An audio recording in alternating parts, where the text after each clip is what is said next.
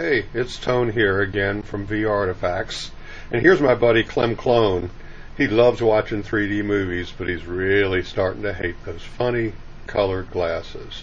And so we need to give him a hand today. What he'd really like to do is to use polarized glasses like this, or some of these nice shutter glasses that come with his new Blu-ray 3D player.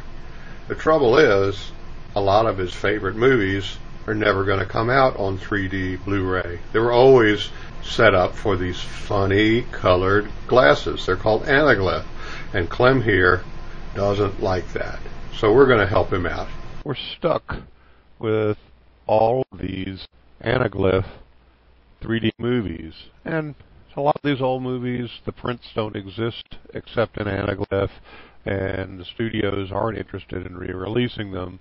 What we're going to try to do today is show you how to convert your own. We're going to use a couple of free tools, AVI Synth, Virtual Dub Mod, and some extra codecs. Let's take a look at an easy case first, a rip from a Blu-ray disc of Bob's Big Break. It's 1080p.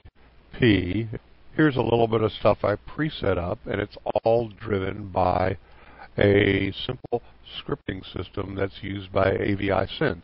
And so we're going to bring up the script editor, and actually our scripts come in two sections. One is the invariant part that never changes. It's got all the code to do everything you need, but then there's a parameter part where you set all the things that you want to do in your video conversion. And you'll have one of these for each of the video files you want to convert. Let's take a look at the actual parameters and talk about what they do.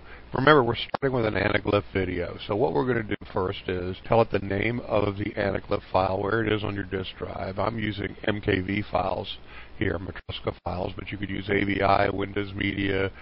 Second file is whatever video file we want to use, where we want to pull just the color information out of.